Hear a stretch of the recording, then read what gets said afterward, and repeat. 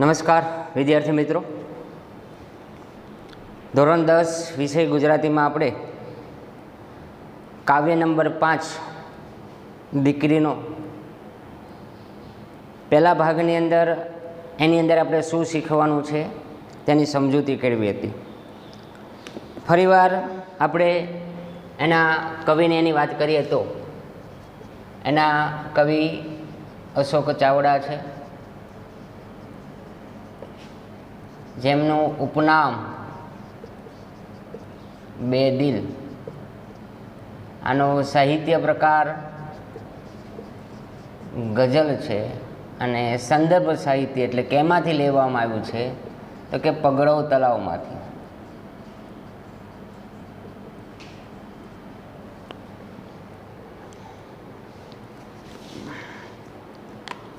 આપણે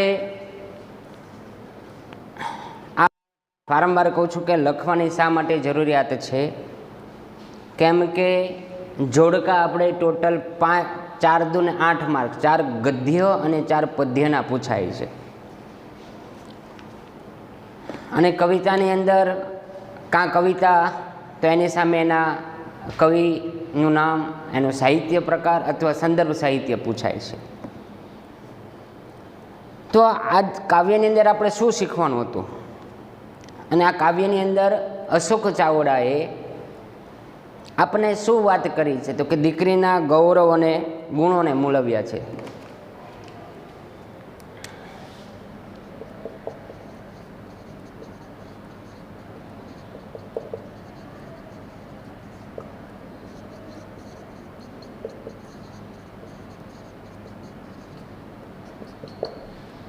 તો આ કાવ્યની અંદર આપણે દીકરીના ગૌરવ અને ગુણોનું વર્ણન આપણે સમજવાનું છે.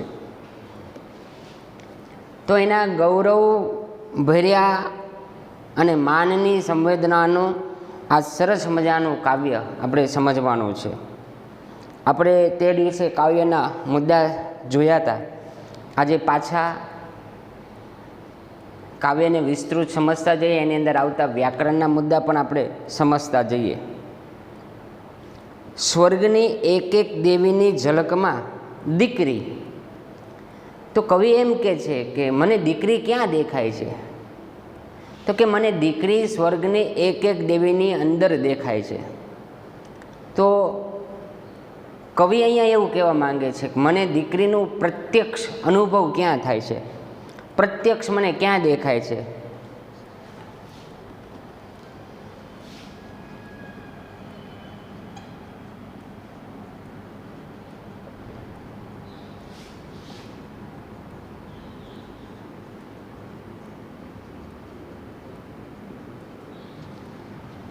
તો મને એમ કહે છે કે સ્વર્ગની એક એક દેવીમાં મને દીકરી પ્રત્યક્ષ દેખાય છે.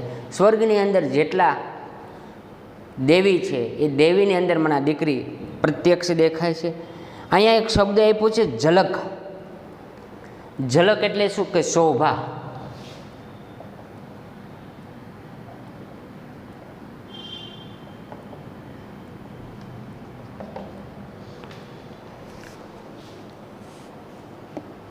જેને આપણે શોભા કહેવી છે, તેજસ્વી કહેવી છે, તેજસ્વીતા કહીએ છીએ. છે સુખડ ચંદનને કુમકુમના તિલકમાં દીકરી. એટલે કવિ એમ કહે છે કે મને દીકરીની અંદર સુખડ ચંદનની સુગંધ, મને દીકરી એટલી બધી ગમે છે કે દીકરીની અંદર જ્યારે સુખડ એટલે બધાને ખબર છે, ચંદન એટલે બધાને ખબર છે. તો ચંદન એટલે શું? સુગંધીદાર લાકડું. તો કે મને દીકરીમાં સુખડ ચંદનની સુગંધ દેખાય છે.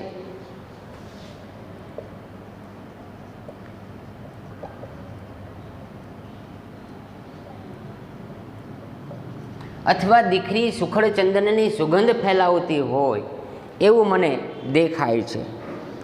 આમ સુખડ ચંદન છે ને સમાસ પણ થાય. સુખડ જેવું સુગંધી પદાર્થ ફેલાવું, અને જ્યારે જેવો જેવી જેવું અને એવો એવી એવું શબ્દ આવતો હોય ત્યારે તે કર્મધારય સમાસ કહેવાય છે. અને દીકરી ક્યાં દેખાય છે કે દીકરી કુમકુમના તિલકમાં દીકરી, તો મને કે કુમકુમના તિલકનું સૌંદર્ય દેખાય છે.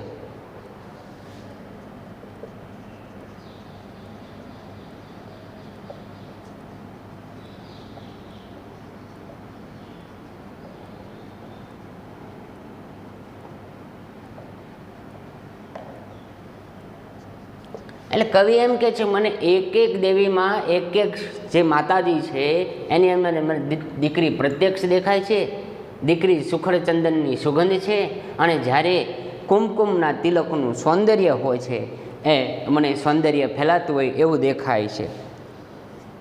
તિલક એટલે બધાને ખબર છે કે આપણે જેને કપાળમાં કંકુનો જેને ચાંદલો કહીએ છીએ એ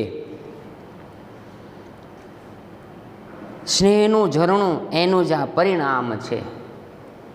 તો દીકરી કેનું ઝરણું છે? તો કે કવિ એમ કે છે દીકરી સ્નેહનું ઝરણું છે. શા માટે? સ્નેહ એટલે કે લાગણી. દીકરી જ્યારે લગ્ન કરીને જતી હોય છે ત્યારે એવું કહેવાય છે કે બે કુળને તારે છે, એક છે પિયર અને એક છે સાસરી. અને દીકરી જ્યારે લગ્ન કરીને જ્યારે સાસરીમાં જાય છે ત્યારે સ્નેહના વાતાવરણથી, પોતાના સ્નેહથી સામેવાળા ઘરના દરેક વ્યક્તિને પોતાના કરી લે છે અને પોતાની મીઠી મીઠી ભાષાથી સામેવાળા વ્યક્તિઓના દિલ જીતી લે છે. પછી સામે કોઈ એનો દિયર કે એની નણંદ નાની હોય ને તેમ છતાં પણ એને માનપૂર્વક બોલાવે છે. એટલે કે દીકરી કેનું ઝરણું છે? તો કે સ્નેહનું ઝરણું છે. પ્રશ્ન પૂછી શકે.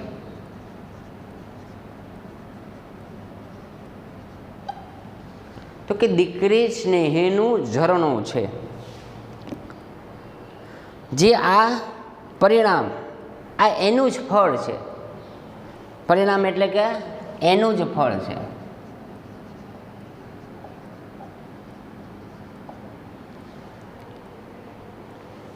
હવે અહીંયા એક શબ્દ આપ્યો છે પરિણામ, અને બીજો શબ્દ એવું થાય છે પરિમાણ.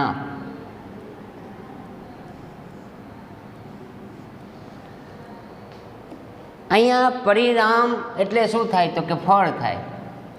અને પરિમાણ એટલે શું થાય? તો કે માત્રા થાય. આપણે પાછો એક પ્રશ્ન પૂછાય છે, બે સમાન અર્થના જુદા જુદા અર્થ આપી એ શબ્દનો સમજૂતી કેળવો. એટલે આવો એક પ્રશ્ન પૂછાય, પરિણામ અથવા પરિમાણ. એક એટલે ફળ થાય અને એક થાય એટલે કે માત્રા થાય. તો એક સ્નેહનું ઝરણું છે એટલે જ આ એનું પરિણામ છે કે દીકરી બધાને સારી રીતે સાચવી જાણે છે. કોતરે છે કોઈ વર્ષોથી ખડકમાં દીકરી, જાણે કોઈ વર્ષોથી દીકરીનો ઉછેર કરતો હોય. શું કહે છે?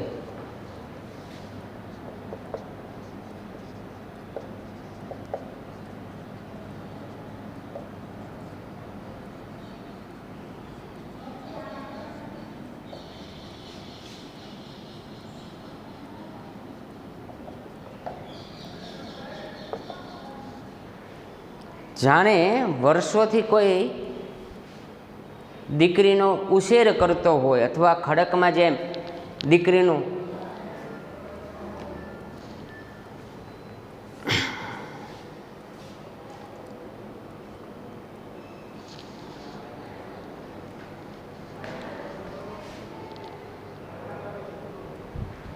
એટલે કે જાણે કોઈ વર્ષોથી ખડકમાં જેમ શિલ્પકાર એક મૂર્તિને ઘડતો હોય, કોઈ મૂર્તિની કોતરણી કરતો હોય, એમ કે છે દીકરીનો ઘરમાં ઉછેર થાય છે.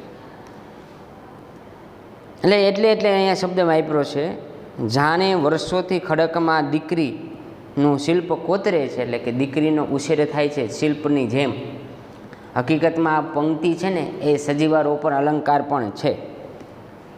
જ્યાં સજીવમાં સજીવ વસ્તુ એટલે કીધું, સજીવ એટલે દીકરી, નિર્જીવ એટલે કે પથ્થર.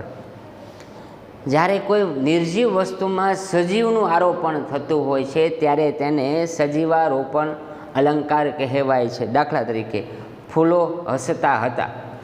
ફૂલ છે એ નિર્જીવ છે, પણ ફૂલ હસતા હતા.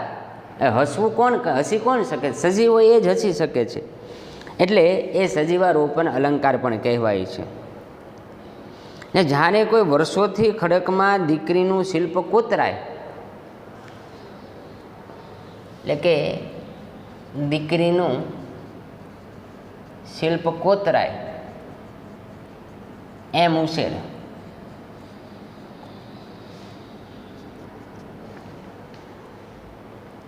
દીકરીને માન મર્યાદામાં રહેવું પડે, એને વારે ઘરે ટોકવામાં આવતું હોય, એને લાજ મર્યાદામાં રહેવું પડતું હોય, એને થોડીક શરમ રાખવી પડે, કંઈક પ્રાપ્ત કરવા માટે એને ગૌરી વ્રત પણ કરવું પડે. આ બધી થઈ છે. એટલે વારે ઘરે એને કંઈક શબ્દો કહીને એનો દીકરીનો ઉછેર થતો હોય છે. હવે કયું દીકરીનો ઉછેર કેવી રીતે થાય છે? લાજ મર્યાદા શરમ ગૌરી વતની હાર મારમાં. તો કવિ એમ કે છે, લાજ મર્યાદા શરમ ગૌરી વત જેવી પરંપરામાં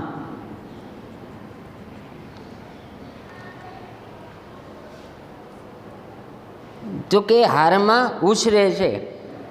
પરંપરામાં દીકરીનો ઉછેર. તો કે દીકરી કઈ પરંપરામાં પાર થતી હોય છે? તો કે એને લાજ મર્યાદા હોય. લાજ અને મર્યાદા જોઈ શકો છો, કંઈક સમાસ થાય.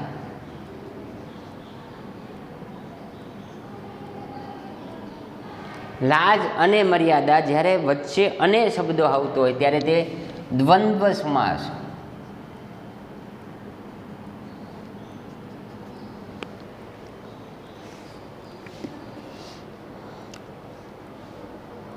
ગૌરી વ્રત, તો કે ગૌરી એટલે મા પાર્વતીજીનું વ્રત.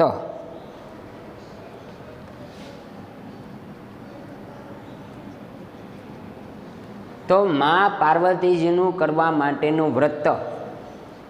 ગૌરી એટલે મા પાર્વતીનું નામ છે ને વ્રત કરવા માટેનું વ્રત. એવો વચ્ચેનો શબ્દ જ્યારે ગાયબ હોય છે ત્યારે તે મધ્યમ પદ લોપી સમાસ કહેવાય છે.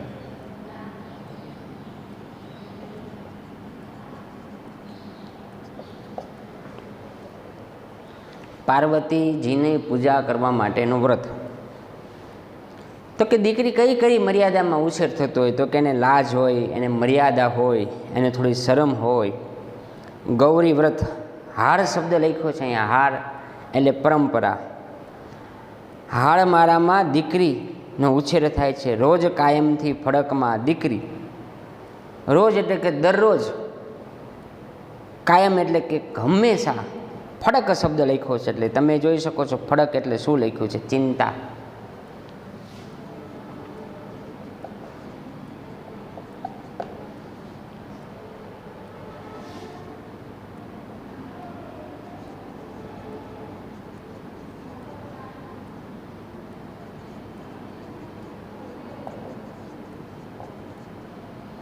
એને એટલી બધી બીક હોય, એટલી બધી એને ફફડાટ હોય કે નથી એ ઘરમાં છૂટછી કોઈની સામે કાંઈ પોતાની વસ્તુની રજૂઆત પણ કરી શકતી નથી. અને અહીંયા આપણે કીધું લાજ, મર્યાદા, શરમ, ગૌરીવત, એ બધું શું છે? તો એ બધી ભારતીય સંસ્કૃતિની પ્રતીકો દર્શાવ્યો છે કે ભારતીય સંસ્કૃતિમાં દીકરીને શું શું હોય. પહેલાંના જમાનામાં લાજ પ્રથા હતી. હવે તો ધીરે ધીરે રાજા રામમોહન રાયના આંદોલનથી એ લાજ પ્રથા પણ બંધ થઈ. મર્યાદા, મર્યાદામાં રહેવું પડે. ઘરમાં જ્યારે કંઈ વડીલો વાત કરતા હોય ત્યારે એને ચૂપચાપ દરવાજાની પાછળ ઊભા રહીને સાંભળવું પડે. શરમ, કોઈ પણ વસ્તુની રજૂઆત ન કરે, કરે તો એને શરમ આવે. અને ગૌરી વ્રત, એવું કહેવાય છે કે ભારતીય સંસ્કૃતિમાં કંઈક પ્રાપ્ત કરવા માટે એ આ ગૌરી વ્રત કરવું જરૂરી છે. હમણાં ટૂંક સમયમાં જ દીકરીઓ માટે આ ગૌરી વ્રત શરૂઆત થશે. એટલે એને રોજ કાંઈક ને કાંઈક બીક હોય, મને વડીલો મારા બોલશે નહીં. એટલે એને રોજ એને સાંજે તમે જોઈ શકો, દીકરો રાત્રે 11-12 વાગ્યા સુધી ફરતા હોય તો કાંઈ વાંધો નહીં, એ આવી શકે, કારણ કે દીકરો છે. દીકરી આવી શકે નહીં, એને થોડીક મર્યાદા હોય. સાંજે 6-7 વાગ્યા પછી એ ભાગ્યે જ ક્યારેક બહાર નીકળતી હોય છે, એટલે એને થોડીક ચિંતા હોઈ શકે છે. હવે ઉછરેના બે અર્થ થાય, ઉછરે અને ઉછળે. આ ઉછરે એટલે વિકાસ થવો, અને આ ઉછળ એટલે કૂદવું. શું કીધું? કૂદવું. નથી કહેતા એ ઉછળે છે ને ઉછરે છે. આ ઉછેરે શબ્દ છે એટલે વિકાસ થવો, ઉછરે છે એટલે કે કૂદવું, એવો અર્થ એનો થાય છે. એટલે હશે રાજમર્યાદાન શરમ ગૌરી વ્રતની હારમાં રમા, ઉછરે છે રોજ કાયમ ફડકમાં દીકરી. જે શિરે હું હાથ ફેરવતો, હવે પિતા એને કહે છે, હવે હે હાથ દે છે. શિર એટલે કે મસ્તક.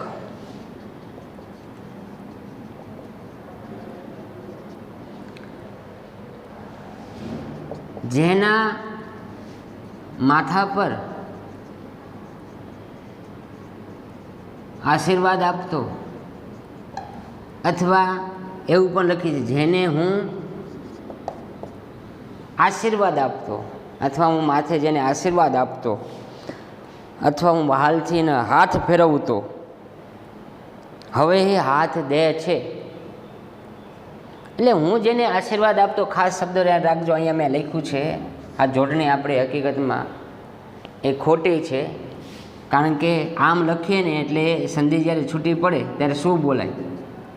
આપણે ધોરણ 9ની અંદર શીખ્યા હતા. હકીકતમાં આ શબ્દ છે અહીંયા આવે છે, આ વત્તા સ વત્તા ઈ મોટો વત્તા વ વત્તા આ બરાબર દ વત્તા અ. હવે આપણે ર મૂકવાનો છે. આ ચંદ્રકાર એટલે એનો અર્થ થાય છે ર. તો આપણે શું બોલીએ છીએ? આશીર્વાદ.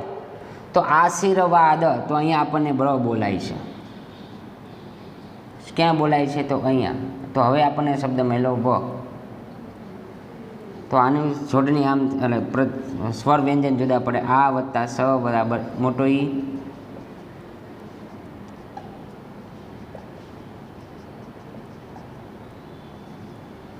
આશીર્વાદ. અને જો આ ર આમ મૂકીએ, આમ મૂકી દઈએ તો આને ક્યાં બોલવું પડે? તો અહીંયા બોલવું પડે. તો થઈ જાય આશીર્વાદ. એટલે હકીકતમાં આશીર્વાદ શબ્દ છે અહીંયા, એ ઉપરનો શબ્દ એ સાચો છે. એટલે જેને હું આશીર્વાદ આપતો, માથે હાથ ફેરવતો, એ હાથ દે છે. એટલે આજે મને જ્યારે તકલીફ પડી છે,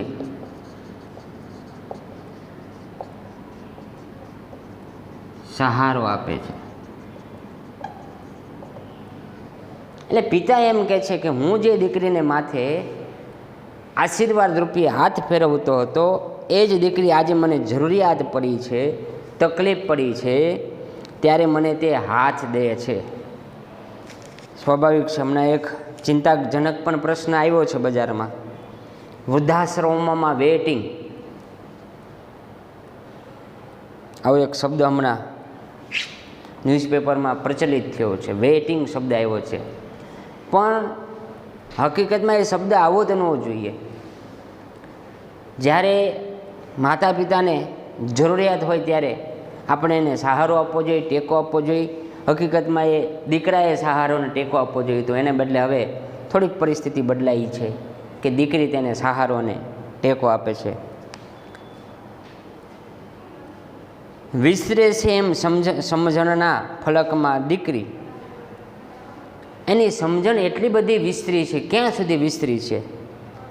તો કે ફલક શબ્દ લખ્યો છે. ફલક એટલે શું? વિસ્તાર થવો. ફલક.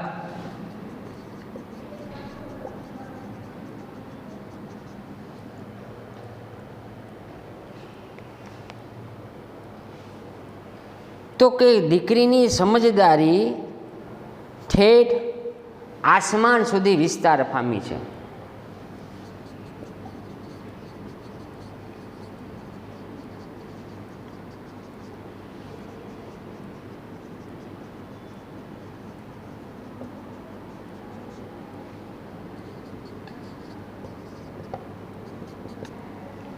તો કે દીકરીની સમજ ક્યાં સુધી વિસ્તાર પામી છે, એટલે કે સમજણ શક્તિનો વિકાસ થવો.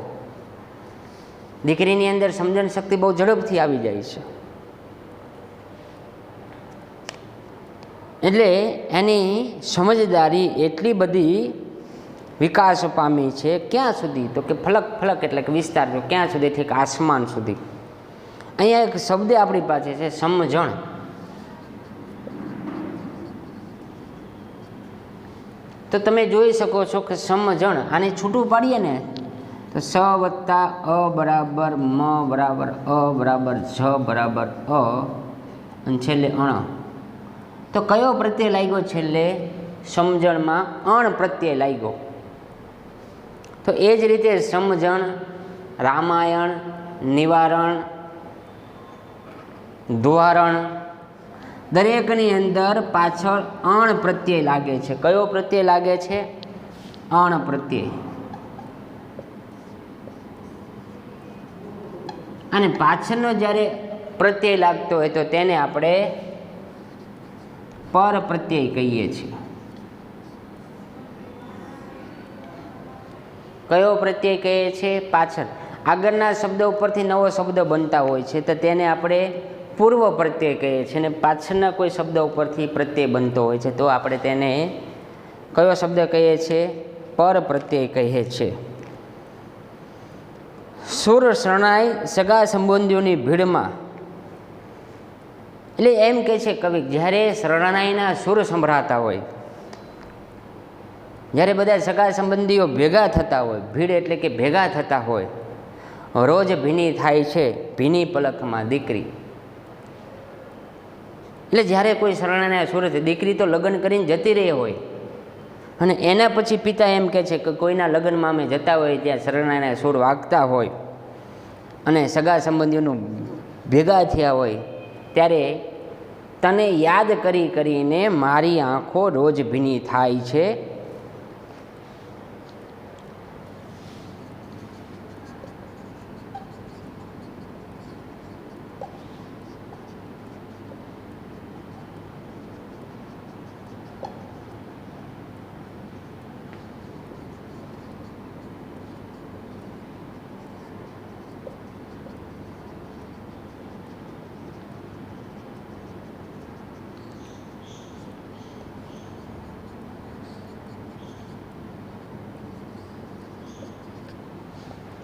એટલે જ્યારે શરણાઈ સુર, તો શરણાઈની અંદર પણ જો ત્યાં શરણાઈ, એમાં પણ એક પ્રત્યય છે શરણાઈ.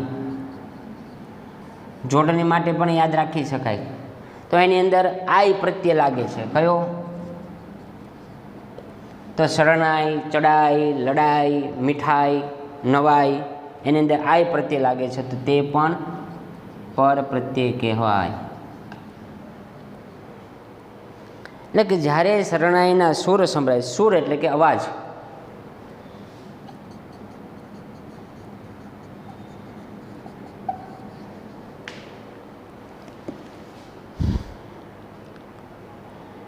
લગ્નના ગીતો ગવાતા હોય, સગા સંબંધીઓ ભેગા થાય તો સગા સંબંધી પણ જો,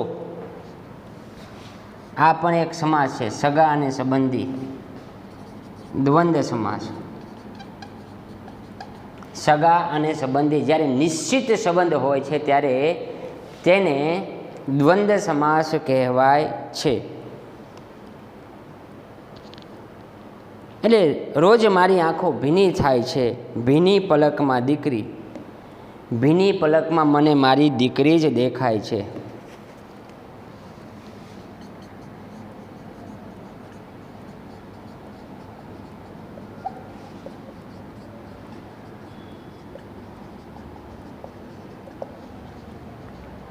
તો કવિને દીકરી ક્યાં દેખાય છે? તો કે ભીની પલકમાં મને મારી દીકરી જ દેખાય છે. તો અહીંયા સરસ મજાનું આ ગઝલ સ્વરૂપ કેટલી વાત કરો છો કે દીકરી દેવી સ્વરૂપ છે, સ્નેહનું ઝરણું છે, એની હાજરી છે સુગંધ અને શીતળતા આપે છે. જેમ શિલ્પ કોતરાઈમાં એનો ઉછેર થાય છે, ભારતીય સંસ્કૃતિના પ્રતીકોમાં એ લાજ મર્યાદામાં એનું વ્યક્તિત્વનું પ્રગટ થાય છે. એની સમજદારી એટલી બધી વિકાસ પામી છે કે જ્યારે પિતાને જરૂરિયાત પડે ત્યારે સહારો પણ આપે છે.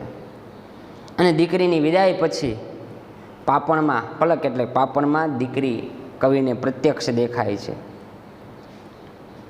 એટલે જ કીધું છે એમ પહેલાં લેક્ચરમાં, દીકરી વહાલનો દરિયો છે. અને આપણે વાત કરીએ એમ કે એક પિતા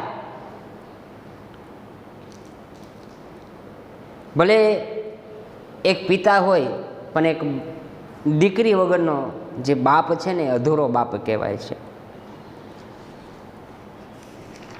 સાથે સાથ માથે હાથ ફેરવો, જો એને રૂઢિપ્રયોગની વાત કરીએ તો આશીષ આપવા અથવા આશીર્વાદ આપવા.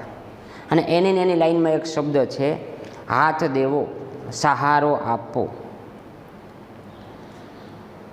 દીકરી સ્વર્ગમાં કયા સ્વરૂપે દેખાય છે? તો કે દીકરી સ્વર્ગમાં દેવોની ઝલકમાં દેખાય છે. કે દેવીઓની? તો કે દેવીઓની ઝલકમાં. ત્યાં તમે જો, આપણે તો હવે MCQ નીકળી ગયા છે, એટલે કે દેવીઓની ઝલકમાં દેખાય છે.